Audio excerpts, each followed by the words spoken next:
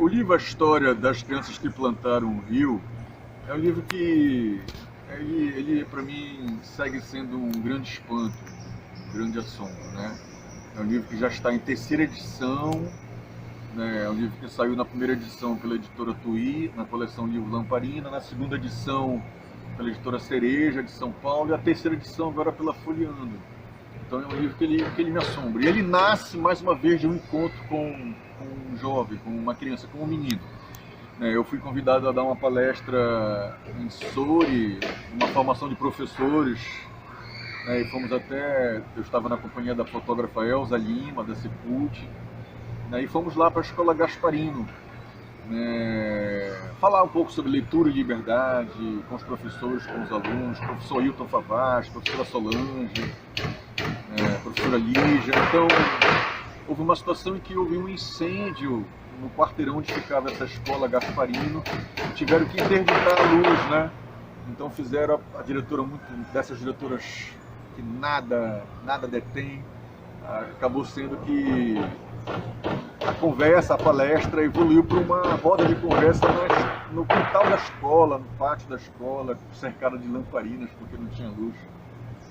Então, quando eu ia começar a fala, o menino vem, me para assim, me puxa aqui pela cabeça e diz: "Ei, meu nome é Adielson, o senhor nem sabe, eu gosto tanto de ler, escreva uma história para mim." E esse menino Adielson, na época tocava corimbó, ele criança ainda tocava corimbó, um menino gigante dessas coisas assim, um menino mesmo. Depois as professoras vieram me contar, o professor Hilton Favacho, a professora Solange, como ele era realmente um menino leitor, daquele menino que se deixasse ele sair da escola, tomava um banho de rio, almoçava, voltava para a escola para ficar na biblioteca. E eu fiquei muito tocado por este encontro com este menino. A dedicatória do livro é para o Adielson, nas 3 edições. Aí eu fui, não tinha luz, me levaram para onde eu estava hospedado, que era num posto. E eu desci para conversar estava muito quente, não tinha luz. Eu desci e fiquei conversando com o vigia lá, olhando para aquele rio Pará, ali atravessando em frente do Soure. E houve um momento na madrugada em que não parava balsas, várias balsas passavam. Balsas carregadas de madeira, né? Até que o senhor me disse: "Tá vendo lá, professor? Aquilo ali é o cemitério das florestas que vai navegando." E eu estava ainda com a voz do menino no meu coração, na minha cabeça: "Escreva uma história para mim", né? E quando eu vi aquilo ali passar na minha frente, eu falei: "Nossa, aqui está a história do Adielson, né? Que a história da Amazônia é a história é a história da pilhagem, do roubo, né? Desde as drogas do sertão, passando pelo ciclo da madeira, do ouro, agora da biopirataria. É a história da pilhagem e a nossa história da resistência diante da pilhagem, né? Como nós resistimos ao roubo incessante aqui na Amazônia." Eu pensei: nossa, se um dia roubam tanto daqui, um dia vão levar esse rio embora. E na hora me veio como uma epifania o pedido do menino para que eu escrevesse a história, e nasceu a história das crianças que plantaram o rio. É a história de um homem velho, né, que precisa da mediação da memória da avó para entender. A gente morava lá onde o longe tinha os pés descalços. A nossa casa era tão vizinha do rio que fazia a gente sentir como um barco ancorado em suas águas. Casa-barco, barco-casa. A gente era um só. Filho de avó e mãe, 6 filhos e 11 netos. Um dia eles vieram e levaram o rio embora. E ficou só a sombra seca do rio no fundo da terra. Uma sombra que tinha arame farpado por dentro.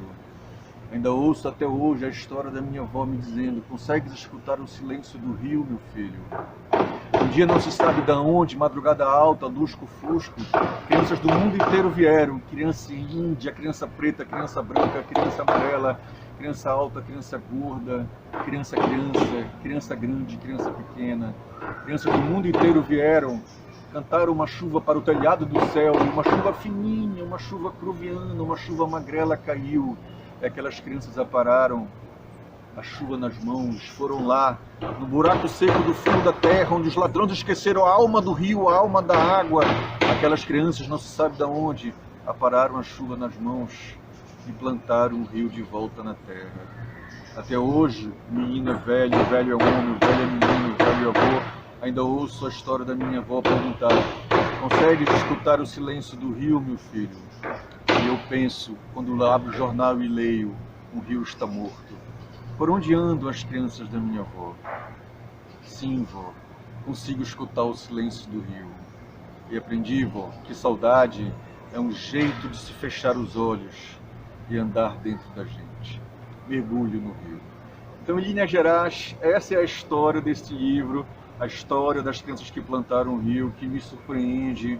É um livro usado em Portugal, é um livro que eu já recebi mensagens de professores e professora de Angola, é um livro usado no Brasil inteiro, um livro que está agora na Fundação Vagalume, que é uma fundação que distribui por bibliotecas comunitárias em toda a Amazônia Legal.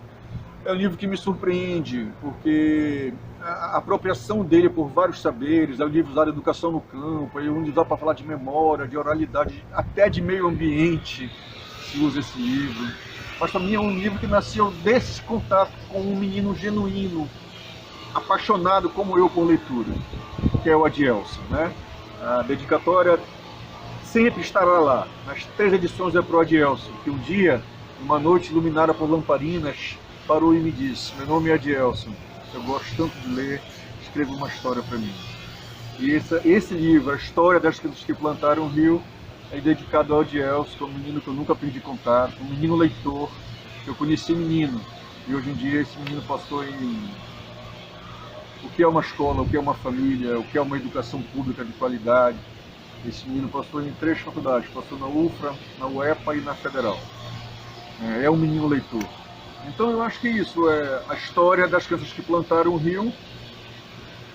É um livro que me espanta, porque há estudos de mestrado sobre ele, há estudos no doutorado, na cidade de Rondônia, aqui na UEPA mesmo.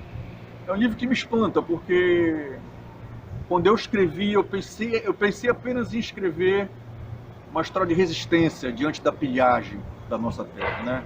Se um dia tudo é levado embora, a gente pode dizer que a curva alta do Xingu, um rio foi roubado, um rio foi levado embora, né?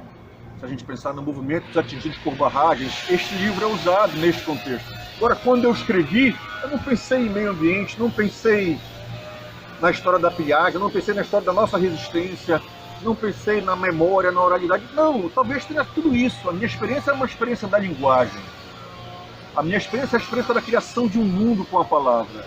E de um mundo que fosse mediado entre um menino, entre um homem velho e a memória de uma avó, que pergunta para ele: consegue, meu filho, escutar o silêncio do rio?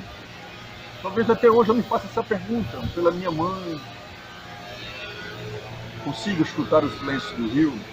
Hoje talvez eu pergunte para minha neta, né? Então, a perspectiva do livro, da história das crianças que plantaram o rio, me espanta porque ela é vária, ela é polissêmica, é um artefato de saberes que conflui para esse livro. Mas para mim, a experiência potente do livro é a experiência da linguagem.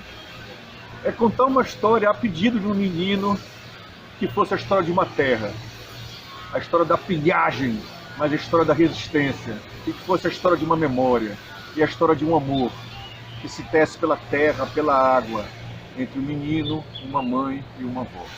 É isso. A história das crianças que plantaram o rio é o silêncio que eu busco ainda escutar, compreender e praticar. O silêncio das águas, o silêncio da terra, o silêncio da gente, o silêncio das nossas histórias, que é tão vital para a gente conseguir resistindo nessa história de pilhagem. E acho que a função da contação de histórias traz muito isso também. É um mundo que é contado e recontado por nós, mas que com a palavra nós estamos diante deste mundo. Nós existimos no mundo. E as crianças voltam e aparam as chuvas nas mãos e plantam o rio de volta na terra. É isso. Sigamos a plantar rios na terra. Muito obrigado.